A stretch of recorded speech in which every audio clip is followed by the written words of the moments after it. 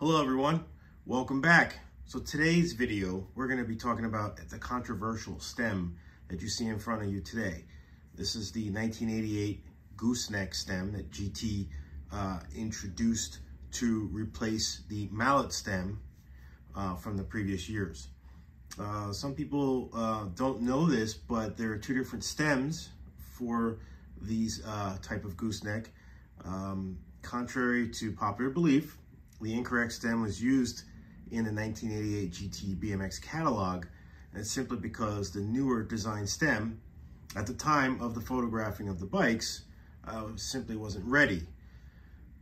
So many of the bikes in the 88 catalog all show the GT mallet stem by SR, and this just wasn't the case. So this is the actual stem that came on the 88 bikes, and the 89 and the 1990 bikes.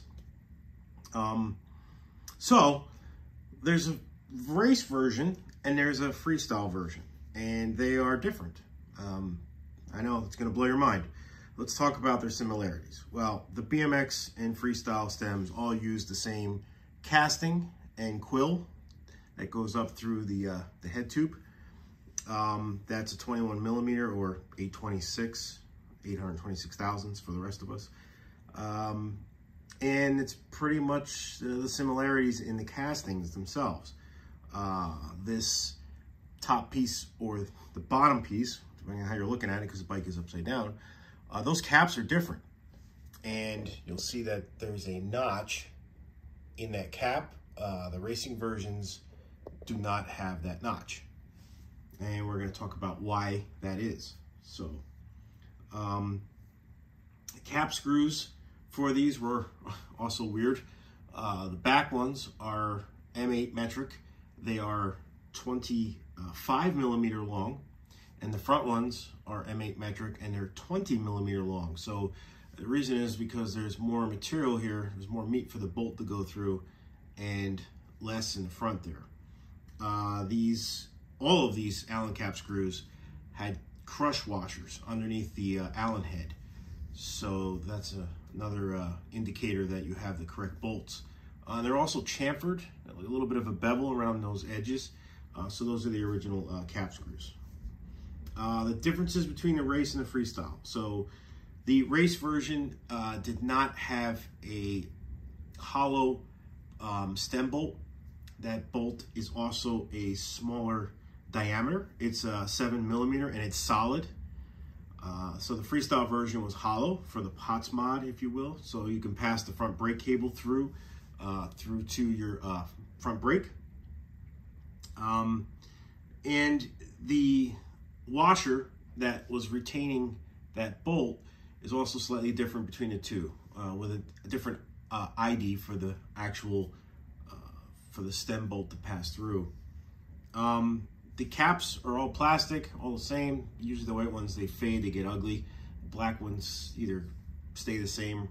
Generally, they're missing or they're cracked. Somebody is making repop versions of these, but this happens to be the original. And it just snaps on to the grooves that are in the washer and then is held in place by the actual cable. And so that's how that works. So this stem came on pretty much all the freestyle bikes in 1988 and 1989. All the way from the Performer to the Pro Performer to the PFT and the T model. And the racing bikes was completely different. On the racing side, the Interceptor and the Mach 1 used the gooseneck, used the stem you see in front of you in the race version. However, the Pro Series and the Pro Series T model, they did not use the stem. They used either a DK stem or the GT dimple stem. For the high-end racing bikes, that's what was used. And we're going to get into why that was probably the reason why they did that. So in 1990, GT started moving away from this gooseneck for their high-end freestyle models.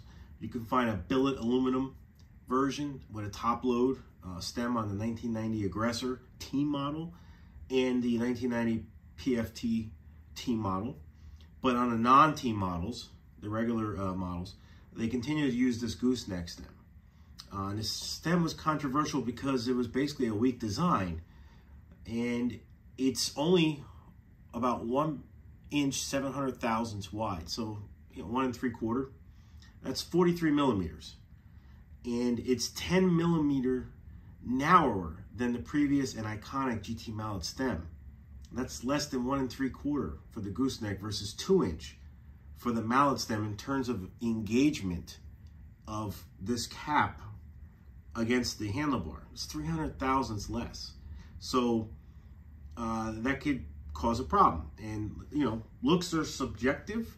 Beauty is in the eye of the beholder. I was definitely excited about the stem when it came out in 1988. I really was.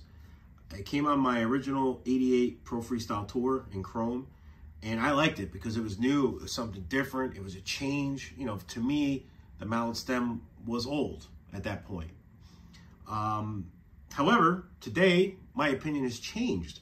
I really prefer the look of the mallet stem over the gooseneck now. And I've read the stories, I heard the chatter back in the day of these stems cracking and failing. They'd snap here, or basically the handlebars would move no matter how tight you made the cap screws. Personally, I was like 100 pounds soaking wet when I was 10, so I never encountered any of these issues with this gooseneck stem. Nonetheless, GT moved away from this very quickly, and by 1992, the gooseneck was pretty much no longer used on the production bikes, or even shown in the catalog as available parts. And by contrary, the mallet stem made it all the way to the 1996 catalog. You can catch a glimpse of it in the back of the catalog. And yes, I'm aware that it's not the same mallet stem made by SR for you internet police. It's still the mallet design. And today, the iconic GT mallet stem lives on with the new GT bicycles. I have one on my 2018 26-inch Pro Performer, and it's a new version. It's really cool looking, but it just means that that design was still loved by the GT fans. So there are differences between the two stems. There's a freestyle, there's a race version. Make sure you know which one you're getting when you're restoring your bike, because you're going to be pretty upset with yourself if you get the race version and you can't put your front brake cable through. Likewise, the freestyle version will work on the racing bike, but it might look a little goofy. And so on the bottom of these stems, there's a threaded M6, I believe, adapter, and that adapter is for when there's a rotor provision on the bike. So the Vertigo would use the rotor in 80, 88, 89 in those years, and so that's what that would be for. Otherwise, this threaded piece here on the bottom it's pretty much useless. You'll get a better glimpse of it in the pictures that I'm going to put on the side here. But it's there on the freestyle versions, and it comes threaded in there, and nothing goes through it, so it just sits there. But that's a good indication that you have the freestyle version. And also this cap has a notch in it so that the cable can pass through to get to the rotor. The race version, that cap is tangent, it's flush. There is no notch. So the caps were made differently, because that's actually cast in, it's not machined. So that's a fun fact. Other than that, there are pretty much just 3 colors available in the beginning years of '88. It was black, white, and blue. I'm pretty sure that they pretty much stayed those colors for a while. I've seen polished ones that look chrome. I don't know if that was offered or somebody just polished it up, but either way, there weren't many color choices. So that's pretty much it. We're gonna wrap up the video. I hope you learned something new today.